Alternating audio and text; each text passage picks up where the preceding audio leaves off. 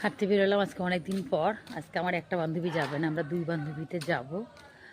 হাঁটতে হাঁটতে এই পাশে যাব, আমাদের পাঁচপথের ওদিকে। চলো তোমাদের সাথে শেয়ার করব আমাদের হাইওয়ে পর্যন্ত যাবই যাব। তার চতুর্দিকে সবুজ পরিবেশ, তার মাঝখানে আমরা দুই বান্ধবী। আজকে এক বান্ধবী আসেনি, ঠিক আছে। আজকে আমরা এসেছি আমাদের হাইওয়ে।